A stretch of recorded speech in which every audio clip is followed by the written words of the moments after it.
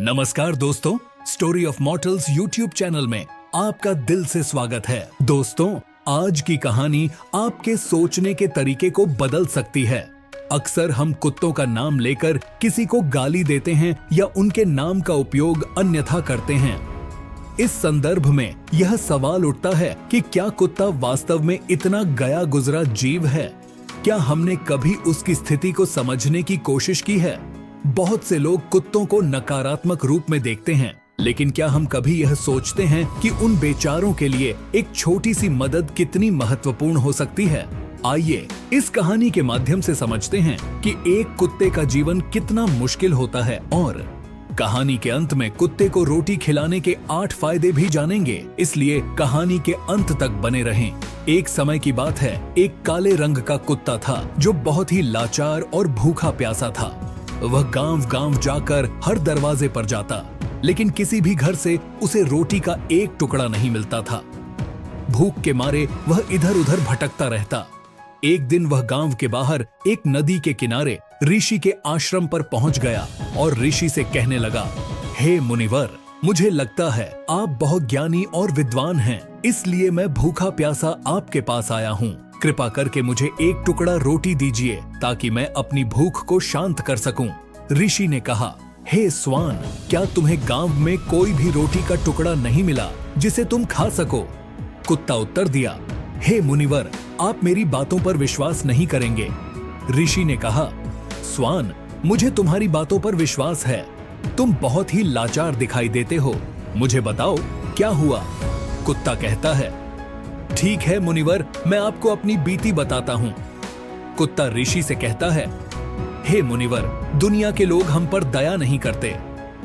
हमारे पास कोई घर नहीं है, कोई आसरा नहीं है, हमें कमाकर खाना नहीं आता और वस्त्र पहनना भी हमें नहीं आता। इसलिए सर्दी, गर्मी और बरसात में हम ऐसे ही घूमते रहते हैं। हमें पढ़ना लिखना भी नहीं आता और अनुशासन भी नहीं आता। यह हमारा दुर्भाग्य है। लेकिन हमें आपकी तरह भूख लगती है, चोट लगने पर पीड़ा होती है और रोना आता है। इन्हीं 3 चीजों में हम आपकी बराबरी करते हैं। इसीलिए हम पर दया दिखाइए, हमें और कष्ट मत दीजिए। कुत्ता आगे कहता है, ईश्वर ने हमें कष्ट देकर ही भेजा है और ऊपर से लोग हमें परेशान करते हैं।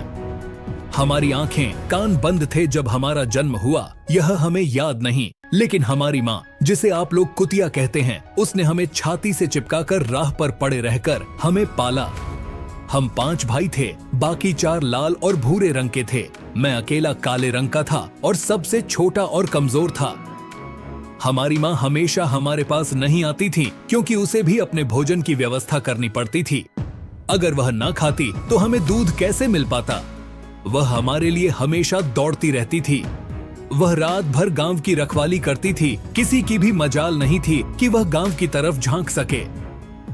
किसान के खेतों में अगर जानवर घुस आते तो हमारी माँ उन्हें भगा देती थी।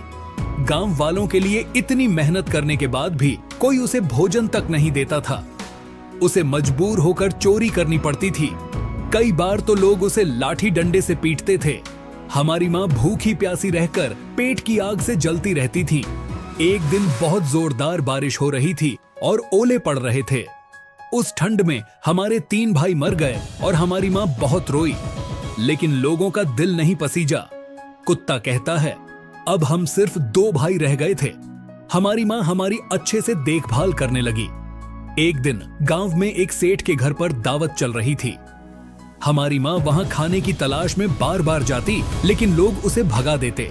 किसी को इतनी दया नहीं आई कि उसे एक रोटी दे दे। मेरी माँ बार-बार जाती और वहीं खड़ी रहती थी। सेठ के घर दावत का सिलसिला शुरू हुआ। मेरी माँ भी वहां जाकर खाना देखने लगी।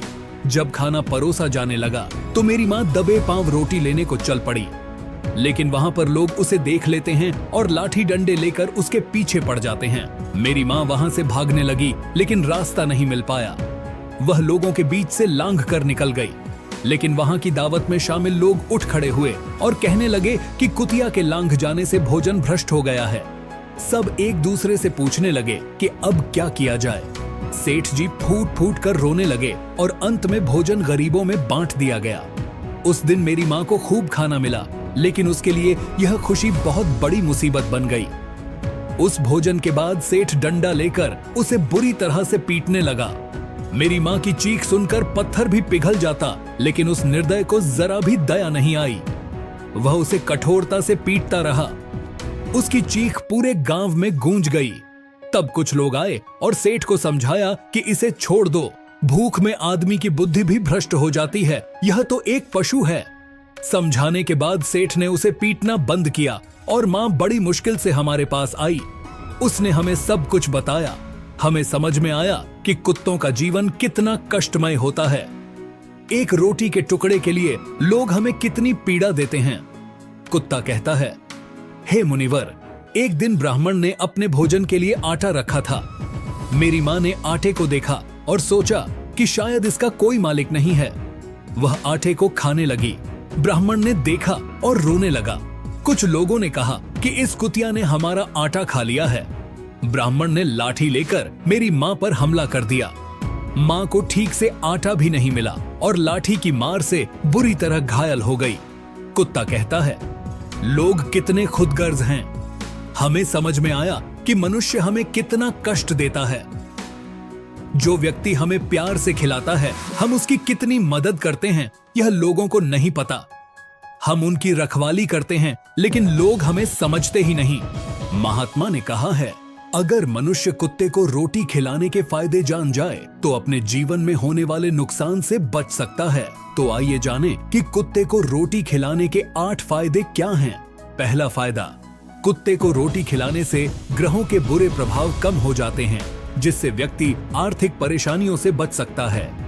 दूसरा फायदा, कुत्ते को रोटी देने से किस्मत आपके पक्ष में हो जाती है और घर की नकारात्मक ऊर्जा समाप्त हो जाती है। तीसरा फायदा, कुत्ते को रोटी खिलाने से माता लक्ष्मी प्रसन्न होती हैं और आपके घर में धन की कमी नहीं रहती। चौथा फायदा, कुत्ते को रोटी देने से कर्ज नहीं चढ़ता और अगर पहले से कर्जदार हैं तो उससे छुटकारा मिल सकता है। पांचवा फायदा, सुबह और शाम कुत्ते को भोजन देने से व्यापार अच्छे से चलता है और तरक्की होती है। छठा फायदा, कुत्ते को रोटी खिलाने से उम्र में वृद्धि होती है और रुका हुआ धन वापस मिल सकता है। सातवां फायदा, कुत्ते को रोटी देने से स्वास्थ्य अच्छा रहता है और मानसिक स्थिति मजबूत होती है। आठवां फायदा, कुत्ते को रोटी खिलाने से भगवान प्रसन्न होते हैं, क्योंकि भगवान सभी जीवों की चिंता करते हैं। जो व्यक्ति सभी जीवों पर दया करता है, भगवान उसकी हमेशा सहायता करते हैं। तो दोस्तों, कैसी लगी आपको यह कहानी? कृपया हमें कमेंट सेक्शन में बताएं और अगर आपको यह कहानी पसंद आई हो तो हमारे चैनल को सब्सक्राइब जरूर कर लें। हम फिर मिलेंगे किसी नई कहानी के साथ। तब तक के लिए अपना ख्याल रखें। धन्यवाद।